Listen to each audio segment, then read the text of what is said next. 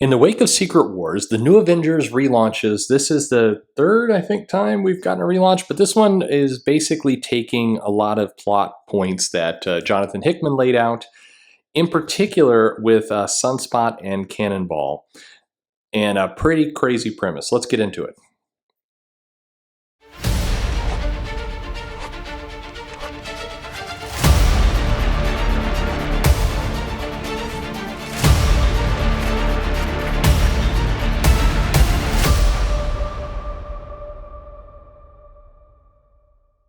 Hey everybody, this is Perch. So this is the New Avengers. This is Al Ewing and Gerardo Sandoval, I should say, is the artist. This comic had a premise. So one thing you could say about Al Ewing, he goes into comics and he's got a hook that he tries to go into, which by contrast, some of the other Avengers titles have often felt like they're treading water. Now that hook doesn't always make sense. In fact, in many cases, it feels like it's overly kind of intellectual. It kind of outthinks itself. And that's a little bit of kind of what happened with New Avengers here. The premise and the hook is that that Sunspot basically has purchased AIM. So Roberto da Costa is kind of elevated through this process to a trillionaire, just like the richest guy on the planet, multi-billionaire. He was always rich from the New Mutants comics, but he went from kind of soccer player rich in Brazil to one of the richest people in the entire universe. So he, rather than fight AIM, which was something that was going on in Hickman's run, Sunspot, Roberto da Costa just bought AIM and turned it into Avengers Idea Mechanics and took over the AIM island. And basically the idea was we're going to have super scientists fighting evil with science, and we're going to science it up and science all over your face. So he is basically, the comic opens up, something crazy is going on in France. It feels like I could make a joke here.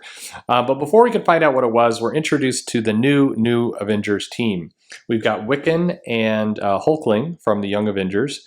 We've got Squirrel Girl from Squirrel Girl. We've got Songbird from the Thunderbolts.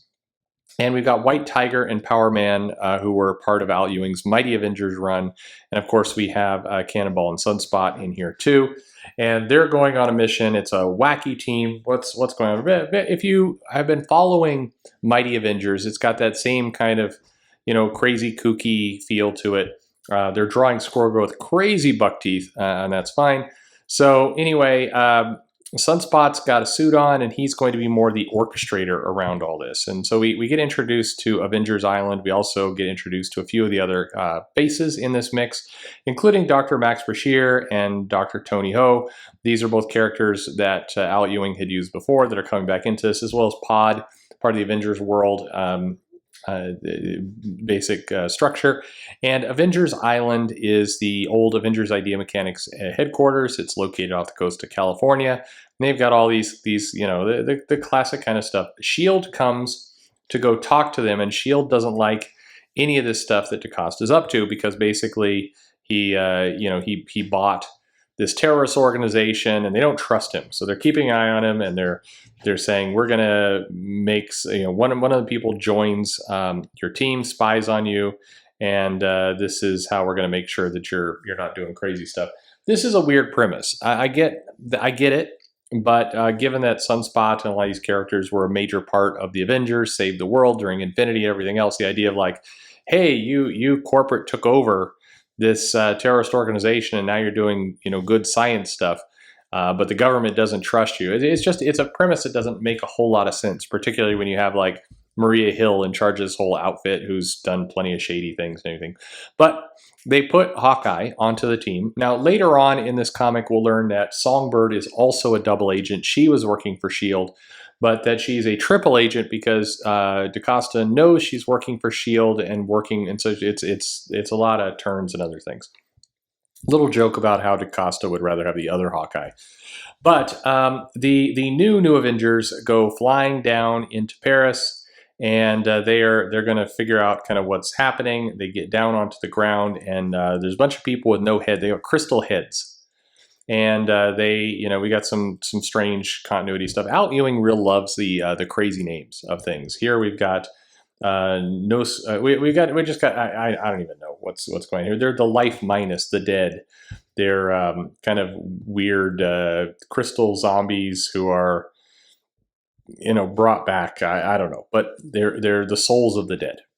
So as the fight's going on, and they're more or less getting attacked, we discover that the shadowy, evil person in the background is actually the Maker, the alternate Reed Richards from the Ultimate Universe, 1,000-year-old super scientist, head of Whisper, a new bad guy who's going to kind of torture. He's going to show up in the Ultimates comic and a couple other things. He's one that carries over from Secret Wars that everybody got really excited about using, and then everybody used him randomly, and that was not such a great thing. Anyway, so while bad stuff's going on in Paris, Dum Dum, Dugan, and Hawkeye are kind of still spying on things. We learn that some SHIELD agents have basically gone into Paris and they've lost contact with them, so that's bad news too. And they're being invaded by the afterlife. So Reed Richards put his next plot into the mix, which is the SHIELD agents turned crystal-headed zombies called the Neohedron.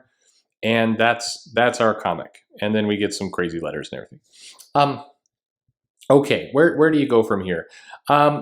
This is very much an Al Ewing comic, which means you either liking it or you don't like it. It's kind of really nothing in between. And it is it's going to introduce basically a new Captain America. It's going to have the Demiurge. It's going to have all these kind of they're going to do some stuff with Wiccan. You've got a lot of kind of very dense plot points in here. The comic would be kind of seen, its reception was that it was fun, but the art style, which is a little bit more sketchy, a little bit more kind of 90s almost style art in some ways, it didn't fit this kind of very dense kind of a very intricate plot that it just had a hard time tying all these things together. It had some time travel in there, had some Wiccan being consumed by some kind of evil demiurge kind of thing in his head. So all things considered, this series would wrap up, I think, after about 12. I think it went to 16, as I recall. It got through Civil War II. For some reason, and then it basically kind of rebooted at the end of that.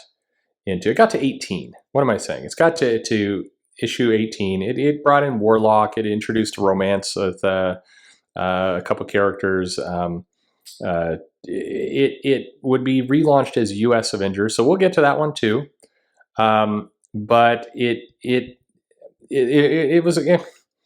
I struggle with these reviews, with Al Ewing's books in particular, because he's got some interesting concepts. He's trying to do some big things, but it never quite seems to come together. And I've come to this conclusion that maybe the guy is just really geared towards single character books. His Immortal Hulk seems to have gone well, but when he does team books, it's like he wants to introduce a lot of kind of crazy stuff into everything, and it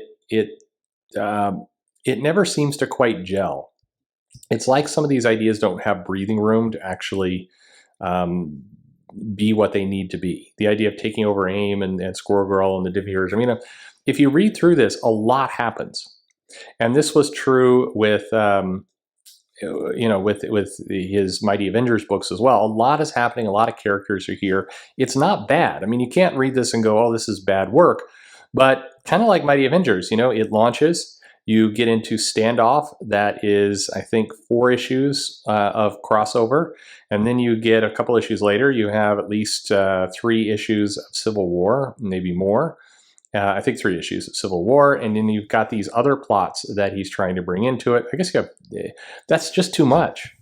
More than half of his run was consumed with various tie-ins. He's trying to make his plots work with these tie-ins, and the whole thing just kind of starts to collapse in and of itself, and it just never gets quite to where it wants to be.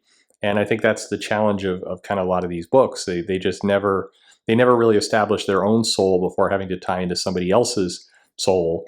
And when you're juggling, 10 or so books, and I think Ewing likes to have his supporting cast. And by the way, so do I. I think a supporting cast is great. You should flesh out your world. But when you're trying to, give all these people distinct characters, and you're trying to tie into these events, and you're trying to move your own plots forward, it becomes a lot to do in one book. And it tends to be, you get to, say, issue 8, and you're like, hey, do you remember that Reed Richards was the villain a couple issues ago? Hey, do you remember we had time-traveling Avengers? Hey, do you remember that we had Wiccan almost taken over by, the Demiurge? Hey, did you remember? I mean, it's like you get into this, like, yikes. I mean, there's just a lot going on. And it starts to lose weight as a result. So I just think it takes away from the pull of that punch. Anyway, what do you think of this issue, this run? New Avengers, Al Ewing kind of moving from Mighty Avengers to New Avengers. He's got the Ultimate books going on at the same time. We'll get to that as well. A lot going on. Let me know your thoughts in the comments below. And follow me on Twitter or Facebook at Comic Perch. Hey, subscribe, introduce to a friend, all those cool things. Please do. Most importantly, though, thanks for listening.